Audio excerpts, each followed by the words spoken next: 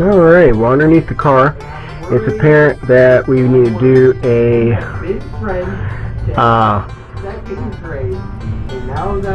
transmission, not transmission, well, we might need to do that too, but we need to do a rack and pinion. Now, there's some liquid from the weep hole on the water pump, so that's not a good sign.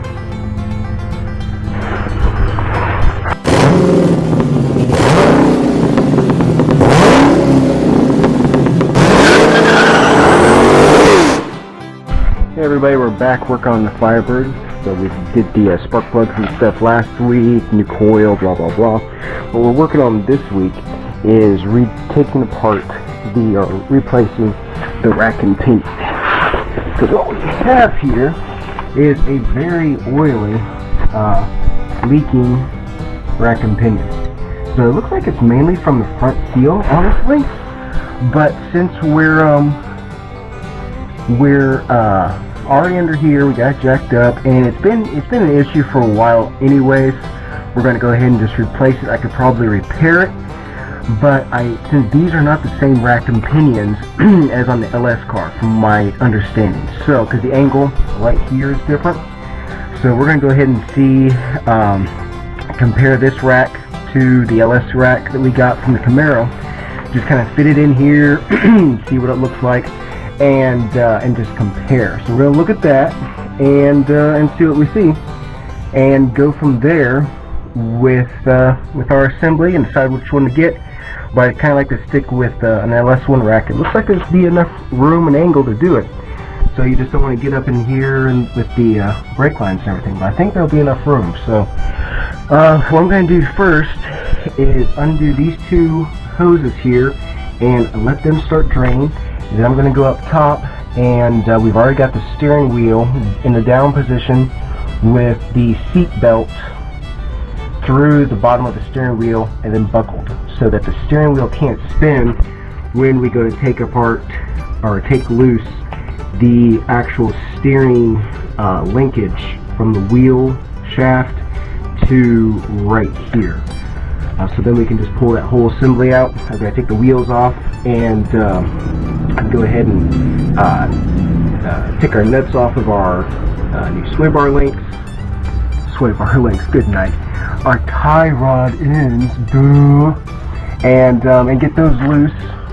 Oh, that's interesting.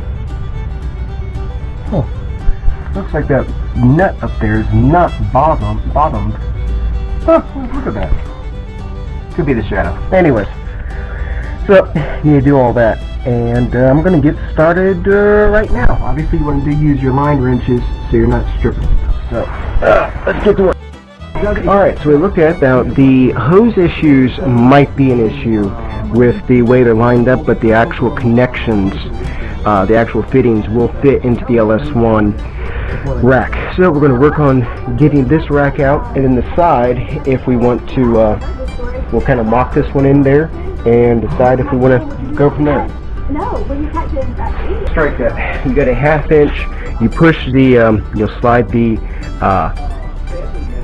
link onto the steering shaft, and there should be a 1/2 inch left of room on the channel.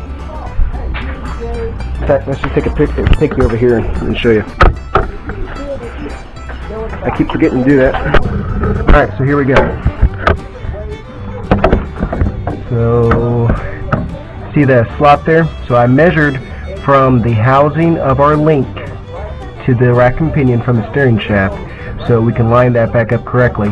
Whether we use this rack and link again, or whether we go to the new rack, because it's pretty similar, really. Yeah, see, it's a really similar item, a little bit different, but that measurement will be helpful. It looks like.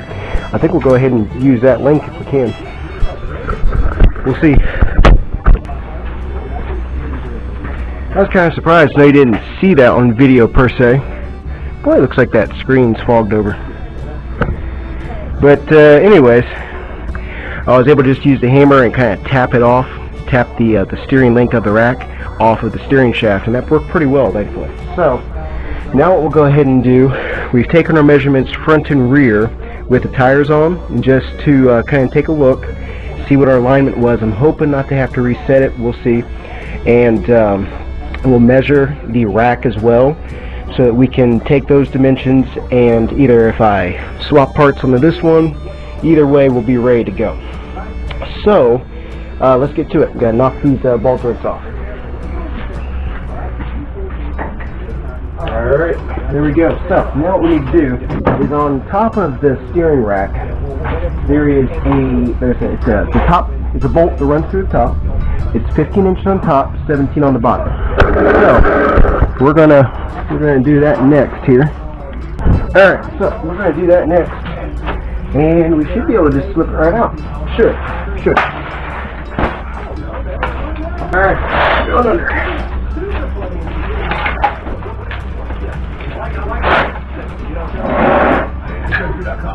Alright, everybody, back in the messy shop area.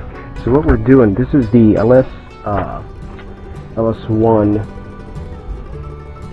Not my brain. LS1 Rack and Pinion. So we've already got the left side of the inner tie rod off. Sorry about that, Bear. So what I decided to do was go ahead, and I'm thinking about keeping this one, rebuilding it, not necessarily running it on the car. On the LT1 rack, I had new inner and outer tie rods. So before I go ahead and just put this into the car, see if it's just going to fit, I'm going to go ahead and swap over my other tie rods on here and see how it fits. But I want to kind of show you what all it takes to get these off. There's a little hole right here, and the idea is that you don't want this rocking a lot when you add. See how it rocks there? You don't want to put a lot of pressure on that, but these tie rod ends, the inners, use red Loctite, or a Loctite of some sort, a thread locker. And so it's going to take a little bit of muscle to actually get this off. So what I did was used a small punch, well, not even really a punch, a punch chisel, and I stick it here into this hole, just to be able to steady this a little bit more as we, maybe it'll go in. There we go. Because it takes, let's see here, 1 7/16 to get this off. Or what is it, 1 3/8? It's one of these. There we go. So see how it starts rocking there?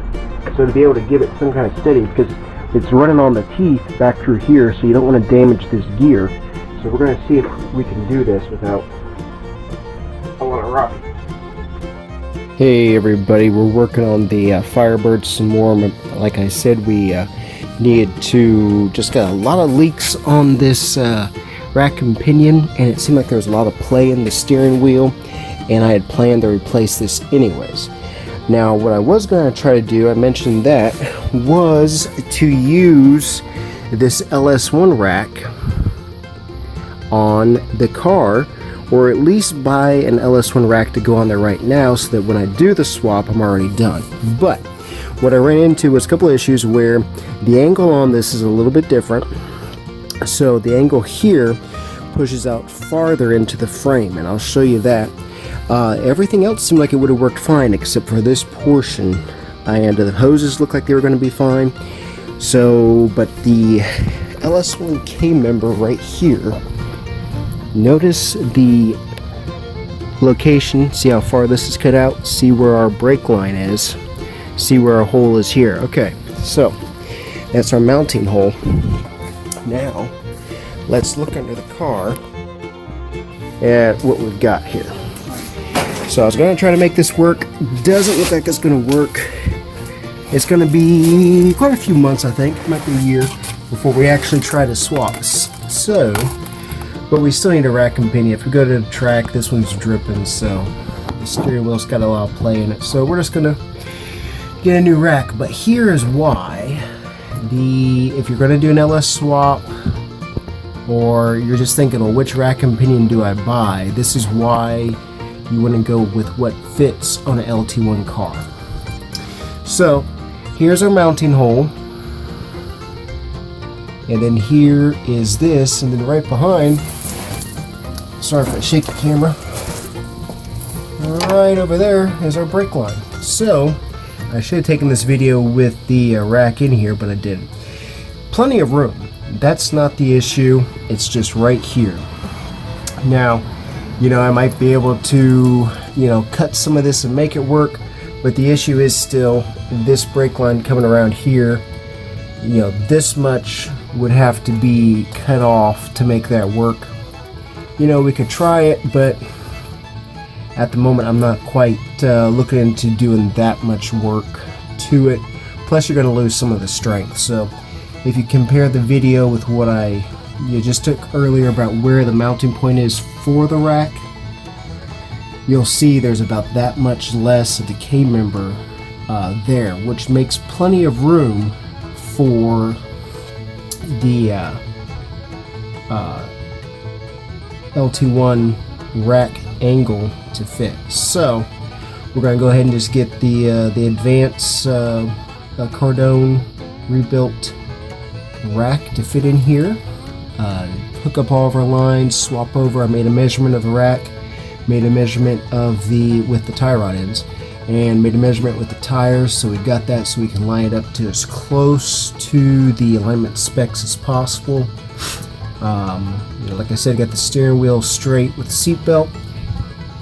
So anyways, there you go. LS1 rack will not work on an LT1 car without modifications or an LS1 rack. So the best bet is putting a LT1 rack back on here. So that's your information for today. Hope that was helpful. I definitely learned a lot. You know, all these little bits here. Plus I wasn't sure with our power steering lines what was going to work the best, because it seems like the LT1 rack is flat, but it seems like the LS1 rack was twisted just a smidge. So even if it had fit, we still might have had a problem with these lines right here. So, you know, not really a waste of time. Learned a lot, but a little bit disappointed. I was hoping to at least have, you know, the money I spent to go towards LS1 stuff, but that was not to be. So that'll give me enough time to, if I want, look into that rack, maybe rebuild it, and then voila, I'll have one. I don't know. But those are the options. Thanks for watching. Y'all have a good day. Alrighty, so we're back. We got the new, or not new, but the rebuilt rack and pinion. So they check the angles, that made sure that works, and got a new grommet here for this fitting. So yeah, I'm kind of excited. It'll be cool, and came in a long box, but we brought the Buick today. So as you can see, we got all kinds of stuff in there, but it'll fit in the back, no problem at all. We'll set up here on the tarp. Alright everybody, so we got everything buttoned back together. Got all installed, looks good. I'm using this hose, the low pressure hose that's cut from the LS1 car. We're going to just kind of run it here and let that kind of flush it out. That's what I'm going to try anyway. So we'll get a couple turns here and there, start it up real quick, turn it off, check our level, and go from there. So let's give it a try and see what we do.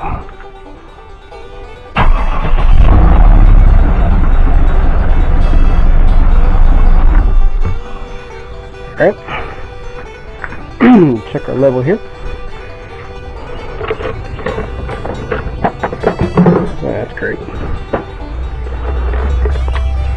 Now I don't have the light up here, but it doesn't look too low.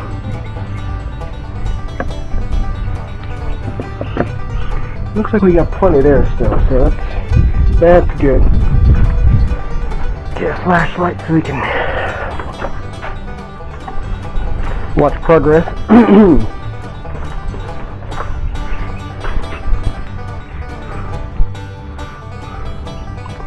I don't know how much.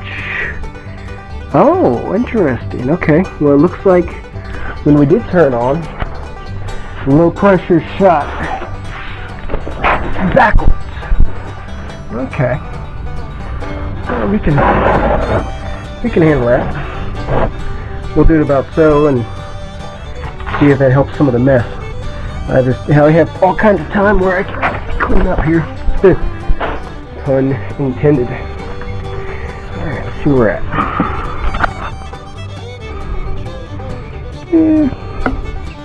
We'll go ahead and put in a little bit more. Alright, so we've buttoned up down here. We got our hose where it's supposed to be. We got our fluid topped off here in the system seal. Just gotta crank it up, see what it does.